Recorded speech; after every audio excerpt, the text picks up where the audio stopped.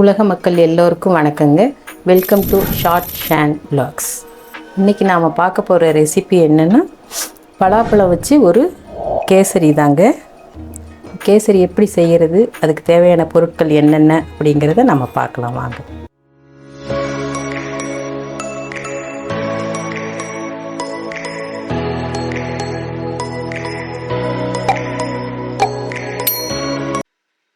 பலாப்பழ கேசரிக்கு தேவையான பொருட்கள் என்னென்னு பார்க்கலாங்க.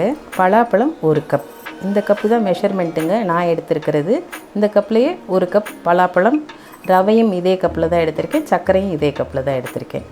நீங்கள் உங்கள்கிட்ட எந்த அளவு, ஒரு கிண்ணமோ கப்போ எந்த அளவு எடுத்துக்கிறீங்களோ அதையே நீங்கள் மெஷர் பண்ணிக்கோங்க, சர்க்கரைக்கு ரவைக்கு எல்லாத்துக்குமே. இப்போ 1 கப் பலாப்பழம், 1 கப் ரவை, வெள்ளை ரவை, 2 கப் சர்க்கரை. சர்க்கரை வந்து அவங்கவுங்க இனிப்புக்கு தகுந்த மாதிரி போட்டுக்கிறலாங்க. 1 கப் ரவைக்கு 1 கப் சர்க்கரை போட்டுக்கிறவங்க இருக்காங்க, 1 கப்புக்கு 1.5 கப் சர்க்கரை போடுறவங்க இருக்காங்க, 1 கப் ரவைக்கு 2 கப் சர்க்கரை போடுறவங்க இருக்காங்க. நான் வந்து இன்றைக்கி 1 கப் ரவைக்கு 2 கப் சர்க்கரை போட்டுக்கிறேங்க. அவங்கவுங்க இனிப்புக்கு தகுந்த மாதிரி நீங்கள் யூஸ் பண்ணிக்கலாம். 1 கைப்பிடி அளவு திராட்சைங்க, 1 கைப்பிடி அளவு முந்திரிங்க, 1/2 கப் நெய் எடுத்திருக்கேங்க, 1/4 கப் ரீஃபைண்ட் ஆயில் எடுத்திருக்கேங்க, 1 டீஸ்பூன் ஏலக்காய் தூளுங்க, 1/4 டீஸ்பூன் எல்லோ கலர் கேசரி பவுடருங்க. கலருக்காக இதை ஆட் பண்ணிக்கலாங்க.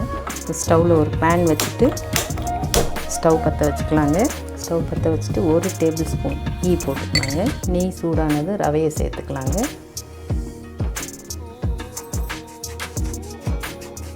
நெய் இன்னொரு ஸ்பூன் ஆட் பண்ணுறேங்க. பேன் நல்லா சூடாகிடுச்சுன்னா ஸ்டவ்வை கொஞ்சம் இறக்கி வச்சுக்கலாங்க. இறக்கி வச்சு ரவையை வறுத்துக்கலாங்க. ஏன்னா சீக்கிரம் கருகிடும் ரவை. கொஞ்சம் நேரம் வறுத்துக்கலாங்க.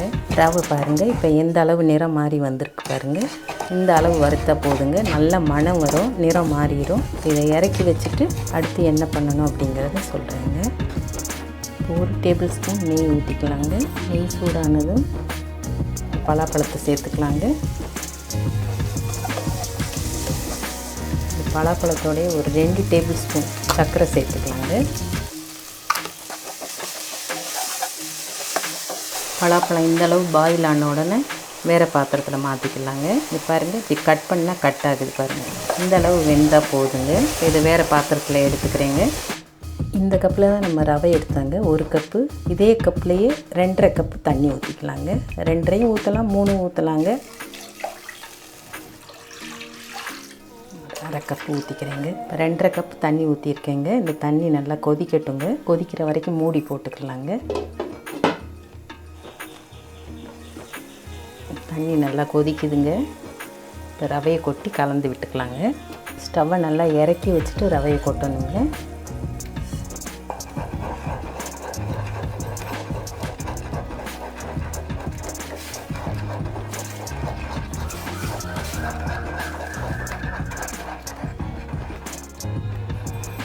நல்லா கெட்டிப்படாமல் கலந்து விட்டுக்கலாங்க ரவையை.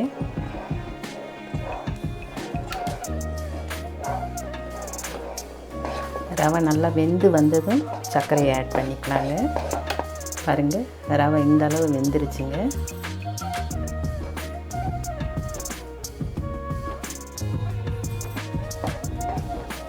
இப்போ நம்ம சர்க்கரையை ஆட் பண்ணிக்கலாங்க.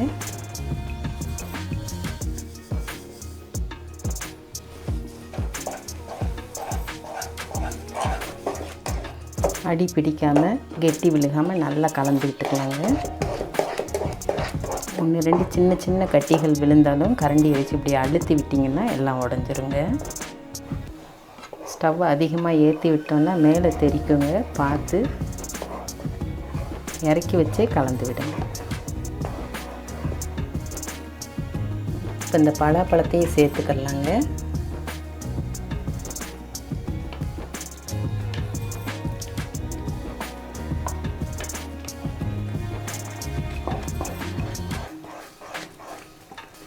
இப்போ நான் எல்லோ கலர் ஃபுட் கலர் எடுத்திருக்கேங்க.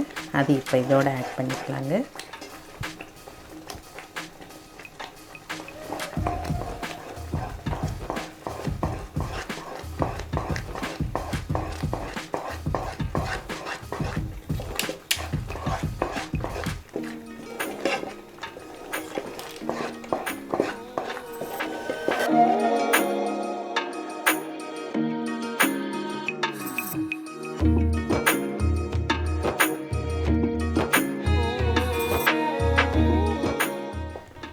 இப்போ 1 டீஸ்பூன் ஏலக்காய் பவுடர் சேர்த்துக்கலாங்க.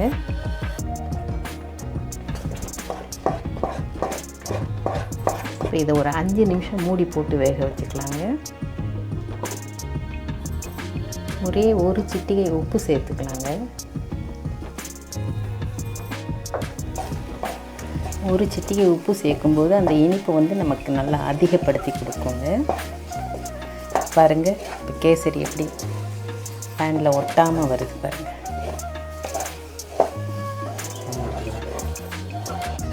இப்போ ரவையெல்லாம் நல்லா வெந்துருச்சுங்க. சர்க்கரையும் கரைஞ்சி ரவையும் வெந்து நல்லா பக்குவமாக வந்துருச்சுங்க கேசரி. அடுத்து வந்து தாளித்து கொட்டிக்கலாங்க. நெய், ரீஃபைண்ட் ஆயிலெலாம் போட்டு முந்திரி திராட்சை போட்டு தாளித்து கொட்டிக்கலாங்க. இதை இறக்கிட்டு வேறு பேன் வச்சுக்கலாங்க. 1/4 கப் ரீஃபைண்ட் ஆயில் ஊற்றிக்கலாங்க. அதே போல் 1/4 கப் நெய் ஊற்றிக்கலாங்க. நெய்யும் எண்ணெயும் நல்லா சூடான பிறகு முந்திரியை சேர்த்துக்கலாங்க.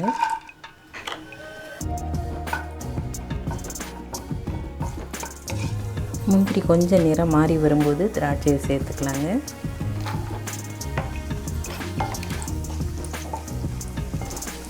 அவ்வளோதாங்க, ரெண்டும் நல்லா செவந்து வந்துருச்சுங்க. இப்போ இதை கேசரியில் சேர்த்துக்கலாங்க.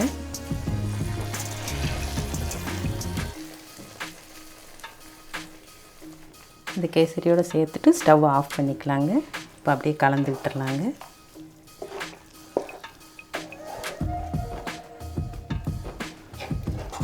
கேசரி எங்களுக்கு ரொம்ப அருமையாக வந்திருக்குங்க.